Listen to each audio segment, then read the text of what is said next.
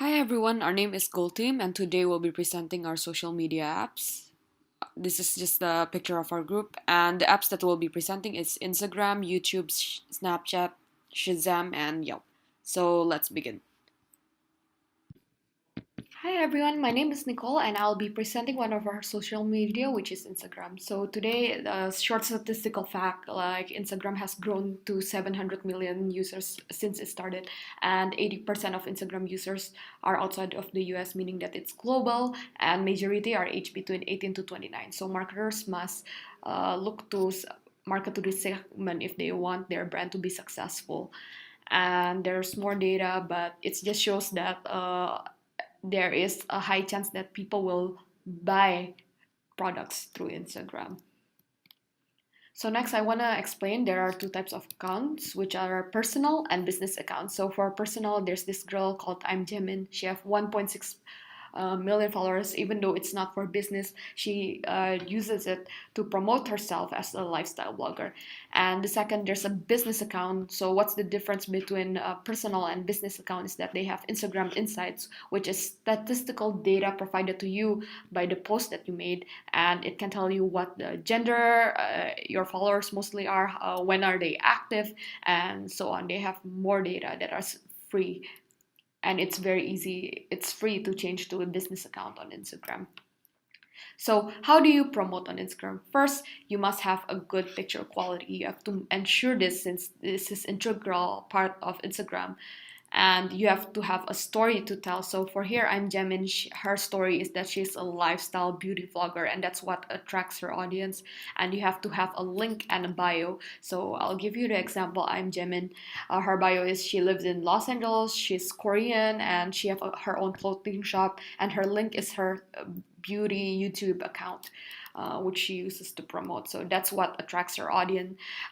You can also use hashtags, like here she used her online store eggy shop, so people looking for eggy shop could end up in her page. She have a geo tag location, the Jeremy Hotel, so that people who wants to look up this hotel, they could end up in her page. If they are looking for photo inspirations, they could see her, and thus her name will be publicized. There are stories and highlights, much like Snapchat. It's a 30 maximum 30-second interval of video that helps attracts your audience. And we have Celebgram. So she is a notion that she is kind of a celebrity on Instagram, and there are other accounts that can help her promote being famous. So the strength of Instagram is it's a high engagement platform. The majority of the audience is young. It's easy to gain publicity, and there's an artistic value instilled in their posts. There are millions of users, and it can help strengthen your relationship with your potential followers. Though these are all strength, it can also be weakness. For example, like because the large majority of your audience is young, you cannot market towards segments that are more old. You cannot sell insurance, or you cannot sell retirement plans. Here it's not the ideal platform to do that, and there's artistic values instilled in the post, so it's a weakness if your products are more functional, and if you are not able to commit time and energy into making your post look presentable, like your audience can see. If you didn't put that much effort, they would associate your brand as boring, because like they didn't find your product interesting, because on Instagram it's supposed to be interesting. And it's very easy to gain publicity, so you have to be careful with posting something. If you post something that will offend a large market segment, you could have a backlash because people will call you out. And there are many ways to organize your Instagram. So these are the social marketing intelligence app. I won't go into this, but they can help you find the best hashtag to use. They can help you find the best keywords to use. They can help you organize your posts, when to post, and which segment of the audience is a good target, and how to reach those new followers. So these are just some of the tools. And yeah, thank you. Hello everybody, my name is Anthony DeLeo, and today I'm going to be talking to you about YouTube, a website where they give you the platform to broadcast yourself.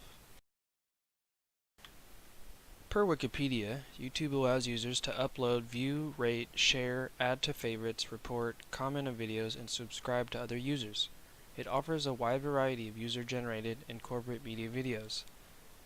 It basically allows anyone in the world to be a broadcaster and show their creative vision to the world, and because of its popularity, especially with younger generations, global companies have created their own official verified channels.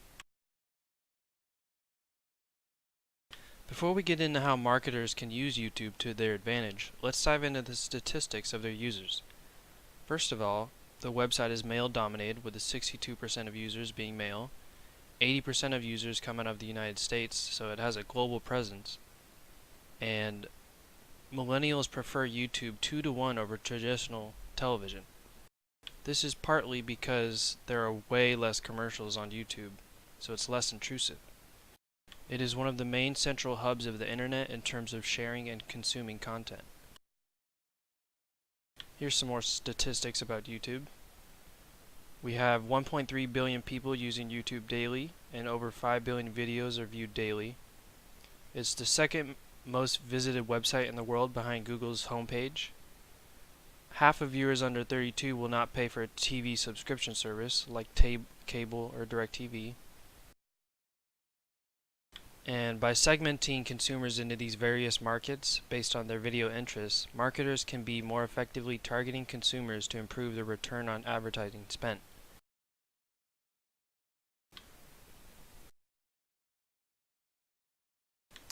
And so here are some of the ways that marketers can utilize ads on YouTube. These are the 4 different types of ads. We have an in-stream ad, which is the most effective and the least intrusive.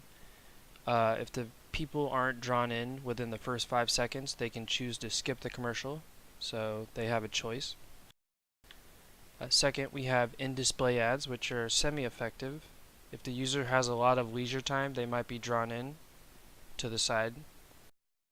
Third, we have overlay ads, which are intrusive but not as effective because they basically only work if they are directly answering a consumer's desire or need. Lastly, we have display ads, which serve to reinforce brand image and distinguishment from other brands. Some of the strengths of YouTube come from their globally recognized platform and their extremely high traffic. Their website is very user-friendly and it's easy to use. And it's easy to create and manage your own channel, allowing users to follow all of your work. However, the weaknesses are the competition is very high and there are millions of videos to compete with. There is a 15-minute time limit unless your account is verified, and viewers may be distracted by related content that is above and beside your main video content. That's about it for YouTube. Hey Professor, it's Chris Lazarus. I chose Snapchat as my technology brand. What is Snapchat? Snapchat, or Snap, is a mobile app that can be downloaded to the consumer's smartphone and allows the consumer to capture videos or photos that can be sent to their friends or placed on a story feed for others to see. How can Snap be useful to a marketer? Well, currently marketers and businesses are using Snapchat and they're having great results coming from their campaigns. Now, why is this? Currently, there are about 187 million daily active users. It reaches about 11% of the entire US's digital population. It allows the marketer to reach a new audience relatively easy. And best of all, it's free. It doesn't cost anything to use this app, which is great. Who's on Snapchat? If your company's target audience is a younger generation, such as millennials, you should definitely be using Snapchat in your advertisement campaign. Currently, more than 60% of people between 13 and 34 years old are using Snapchat in the US. 37% of users fall in the age range between 8 and 24 years old, with 71% of its user base being under the age of 25. The population is currently made up of 70% women and 30% men. I actually found this to be very interesting. I didn't realize there was such a spread between men and women using Snapchat. So if you are a company that is trying to, sell feminine products such as makeup or clothing, Snapchat can be a great marketing tool to reach that particular customer. Now I'll go over the pros and cons. I'll start with the pros. Currently, since Snapchat is a relatively new technology and it has only been on the market really for the last 5 years or so. It has very low competition.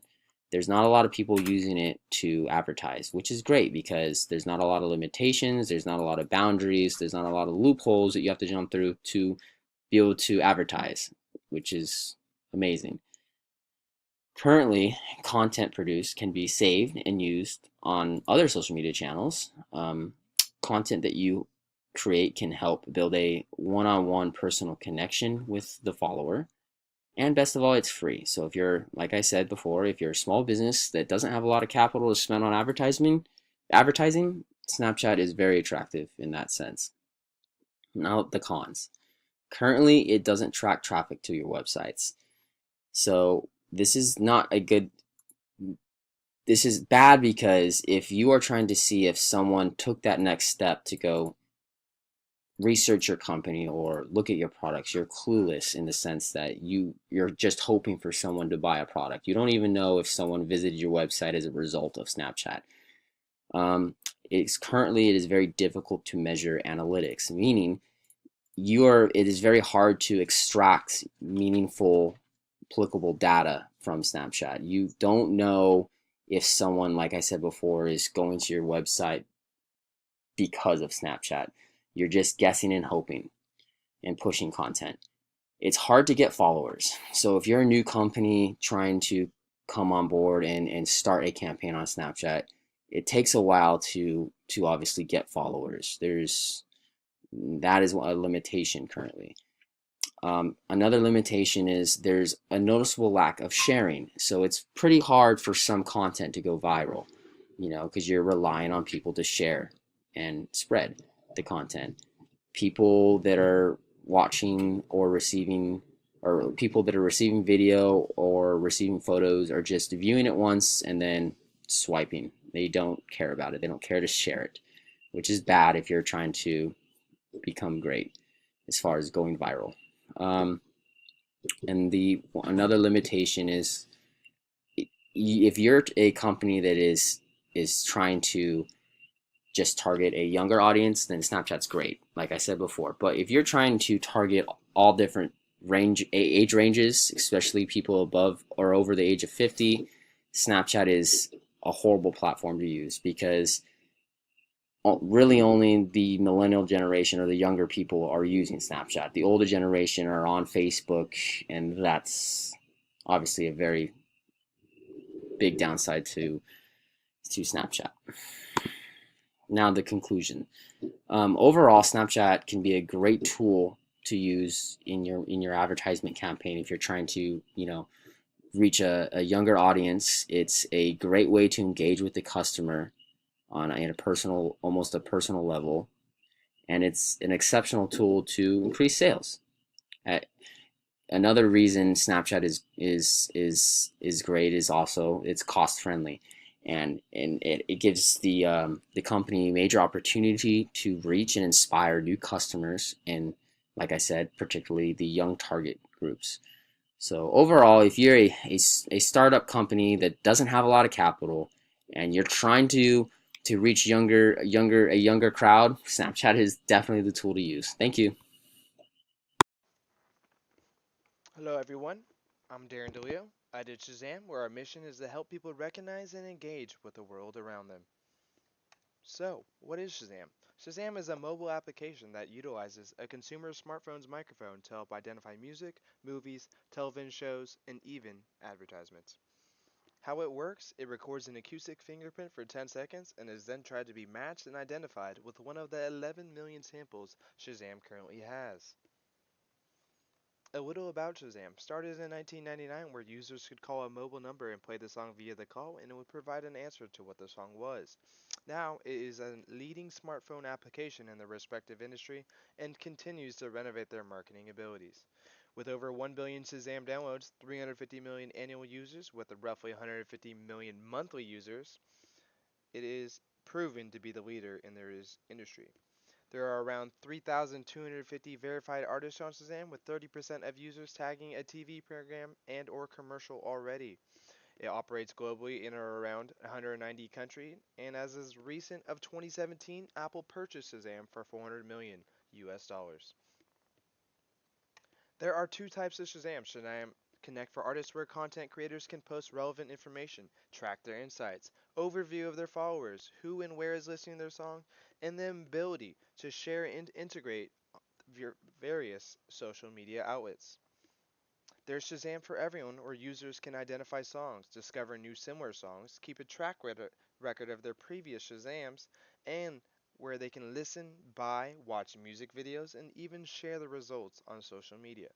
Users can also receive special promotional efforts and ads relevant to their identified songs and current location. Here are a couple ways Shazam is improving their marketing abilities. On the left, there's a picture of Tomorrowland starring George Clooney, where users could Shazam the actual ad in a magazine and receive a promotional trailer of this specific movie. On the right is the Jägermeister bottle, where users could take a picture of the stag on the bottle and receive a special video and promo of the making and history of Jägermeister, as well as providing a discount on the next purchase of a bottle of Jägermeister. As well as the Shazam in store, where users inside retail stores receive hyper targeted, real time relevant promotional efforts because their retailer plays a certain song that signals Shazam to send special private ads. It provides a personalized customer experience, exclusive content, special offers, loyalty programs, and even the ability to share and connect through social media. Here are some notable strengths and weaknesses. Thank you for your time. Goodbye. Hello, my name is Miles Mantell, and today I'm going to be talking a little bit about Yelp. So, Yelp is both a mobile application and website that provides crowd-published reviews for local businesses. It allows businesses to display important information to consumers in an easy fashion. Yelp also trains businesses how to respond to consumers in order to improve customer service. They've noticed that responding to reviews helps with customer engagement as well as customer satisfaction. Yelp is both used by consumers and sellers. On the consumer side, Yelp allows people to know pertinent information like store address, hours, and phone number of a business. It also provides detailed reviews and ratings so the customer can understand if a business will suit their needs. As for businesses, this app is a must. People use Yelp to find businesses very often, so not having your business on the app can severely hurt you. Therefore, having a Yelp with current information and even deals is a great way to improve business. Just like how Yelp is used by both consumers and businesses, Yelp benefits both those groups as well. It gives exposure to the businesses and helps consumers shop easier and make better purchases. As for some statistics about Yelp, Yelp's visitor count tops over 100 million unique visitors each month, which is absolutely astounding for a company that's been around a little bit over 10 years. As for mobile searches, the app is mostly being used by mobile users at 79% of searches being done on a mobile device. Going along with that, 65% of all reviews made were on a mobile device in the last month. As for Yelp being all over the world, they are currently in 38 countries and expanding quickly. Moving on to some more stats, this shows how Yelp has cumulatively made over 148 million reviews, or had 148 million reviews made on their website since inception, which is just a brilliant number. Some strengths and weaknesses of the company include the fact that the strength being that Yelp dominates the review space. They're a top company and they give great information to users, making it very easy to use. Another strength is that they have a huge demographic. Since the app is so easy to use, it ranges from children to adults to even elders using the app. Another thing is that it saves time, both on the consumer and the business's time. It saves consumers time so they don't have to call into a business and check for current hours, address, or phone numbers. And on the other hand, it saves the business time because the workers no longer have to answer the phone and answer repetitive questions. Some weaknesses of the app include the fact that Google and Bing do come up first on a search engine for businesses. So if I was to type In-N-Out, In-N-Out would first come up as a Google review, and then under that would show Yelp if I'm searching with Google. This is a small weakness, but Yelp has such a huge name that it's often clicked over the Google one. Some other weaknesses are the fact that Yelp does not include all results, meaning that if a business is not affiliated with Yelp, they will not pop up on the website, affecting some people's purchases and showing why it's so important to have your business on Yelp. Thank you.